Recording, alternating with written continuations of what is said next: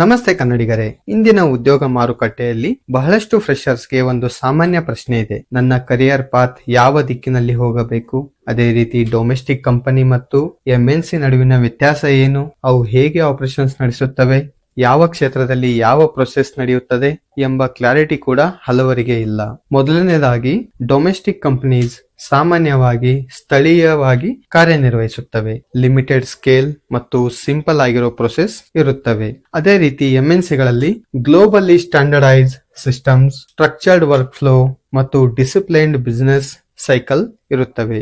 ಉದಾಹರಣೆಗೆ O2C, P2P ಹಾಗೂ R2R. Career ಆಯ್ಕೆಯಲ್ಲಿ ಸರಿಯಾದ ದಿಕ್ಕು ಹಿಡಿಯಬೇಕಾದರೆ ಕಂಪನಿಗಳು ಹೇಗೆ ಕಾರ್ಯನಿರ್ವಹಿಸುತ್ತವೆ, ಯಾವ ಪ್ರೊಸೆಸ್ ಏಕೆ ಮುಖ್ಯ ಮತ್ತು ಅದು ಫ್ಯೂಚರ್ ಗ್ರೋತ್ಗೆ ಹೇಗೆ ಸಹಾಯ ಮಾಡುತ್ತದೆ ಎಂಬುದು ತಿಳಿದುಕೊಳ್ಳುವುದು ಅತ್ಯಂತ ಅತ್ಯಗತ್ಯ. ಆ ಕಾರಣಕ್ಕಾಗಿ ಇಂದು ನಾವು ಪ್ರೊಕ್ಯೂರ್ ಟು ಪೇ ಪ್ರಮುಖ ಬಿಸಿನೆಸ್ ಪ್ರೊಸೆಸ್ ಬಗ್ಗೆ ಸ್ಪಷ್ಟವಾಗಿ ತಿಳಿದುಕೊಳ್ಳೋಣ. ಅದೇ ರೀತಿ procure to pay background ಅಲ್ಲಿ ಯಾವ ರೀತಿ ವರ್ಕ್ ಮಾಡುತ್ತೆ ಅಂತ ತಿಳಿದುಕೊಳ್ಳೋಣ. ಕಂಪನಿಗಳು ದೊಡ್ಡದಾದಂತೆ ಮ್ಯಾನ್ಯುಯಲ್ ಕೆಲಸಕ್ಕೆ ಸ್ಪೇಸ್ ಕಡಿಮೆ ಆಗುತ್ತದೆ. ಟ್ರಾನ್ಸ್ಪರೆನ್ಸಿ, ಸ್ಪೀಡ್, ಅಕೌಂಟಬಿಲಿಟಿ ಮತ್ತು ಕಾಸ್ಟ್ ಕಂಟ್ರೋಲ್ ಮುಖ್ಯವಾಗುತ್ತವೆ.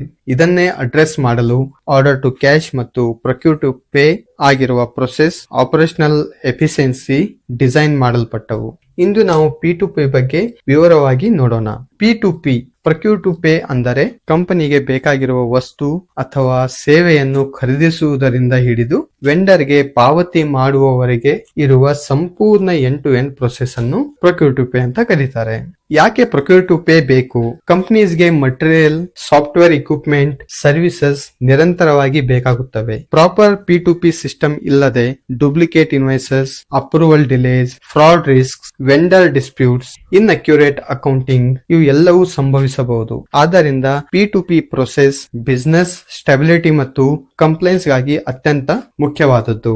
P2P ಪ್ರೊಸೆಸ್ ಸಾಮಾನ್ಯವಾಗಿ ಯಾವ ರೀತಿ ಕೆಲಸ ನಿರ್ವಹಿಸುತ್ತದೆ ಎಂದು ಹಂತ ಹಂತವಾಗಿ ತಿಳಿದುಕೊಳ್ಳೋಣ. ಮೊದಲನೇದಾಗಿ ಪರ್ಚೇಸ್ ರಿಕರ್ಷನ್. ಒಂದು ಡಿಪಾರ್ಟ್ಮೆಂಟ್ಗೆ ಐಟಮ್ಸ್, ಸರ್ವಿಸಸ್ ಬೇಕು ಅಂದಾಗ PR ರೈಸ್ ಮಾಡುತ್ತಾರೆ. PR ಅಂದರೆ ಪರ್ಚೇಸ್ ರಿಕರ್ಷನ್. ಎರಡನೇದಾಗಿ ಅಪ್ರೂವಲ್ ವರ್ಕ್ ಫ್ಲೋ. ರೈಸ್ ಆಗಿರೋ PR ಅನ್ನು ಅಥಾರಿಟಿ ಮ್ಯಾನೇಜರ್ಸ್ ಚೆಕ್ ಮಾಡಿ ವೆರಿಫೈ ಮಾಡಿ ಅಪ್ರೂವಲ್ ಕೊಡುತ್ತಾರೆ. ಮೂರನೇದಾಗಿ purchase order creation.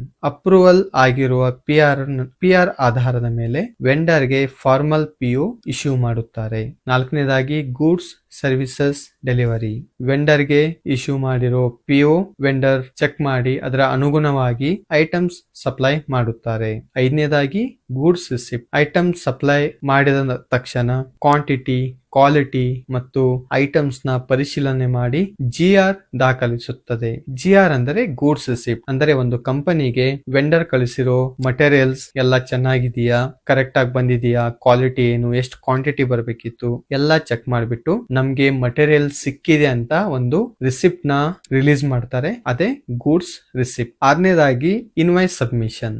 Goods receipt ದಾಖಲಾದ ನಂತರ ಗೂಡ್ಸ್ ರಿಸಿಪ್ಟ್ ದಾಖಲಾದ ಮೇಲೆ ವೆಂಡರ್ಸ್ ಕಳಿಸಿರೋ ಮಟೀರಿಯಲ್ ಗೆ ಒಂದು ಇನ್ವಾಯ್ಸ್ ಅನ್ನು ಕೊಡುತ್ತಾರೆ. ಇನ್ವಾಯ್ಸ್ ಕೊಟ್ಟ ತಕ್ಷಣ ಕಂಪನಿಯ ಫೈನಾನ್ಸ್ ಅಥವಾ ಅಕೌಂಟಿಂಗ್ ಟೀಮ್ ಗಳು ಪರ್ಚೇಸ್ ಆರ್ಡರ್, ಗೂಡ್ಸ್ ರಿಸಿಪ್ಟ್ ಮತ್ತೆ ವೆಂಡರ್ ಕೊಟ್ಟಿರುವಂತಹ ಇನ್ವಾಯ್ಸ್ ಗಳನ್ನು ಮ್ಯಾಚ್ ಮಾಡುತ್ತಾರೆ. ಕೊನೆಯದಾಗಿ payment processing. Purchase order, goods receipt ಮತ್ತು ಇನ್ವಾಯ್ಸ್ ಮೂರು ಮ್ಯಾಚ್ ಆದ ತಕ್ಷಣ ಇನ್ವಾಯ್ಸ್ ವೆರಿಫೈ ಮಾಡಿ ವೆಂಡರ್ ಗೆ ಪೇಮೆಂಟ್ ಅನ್ನು ರಿಲೀಸ್ ಮಾಡುತ್ತಾರೆ.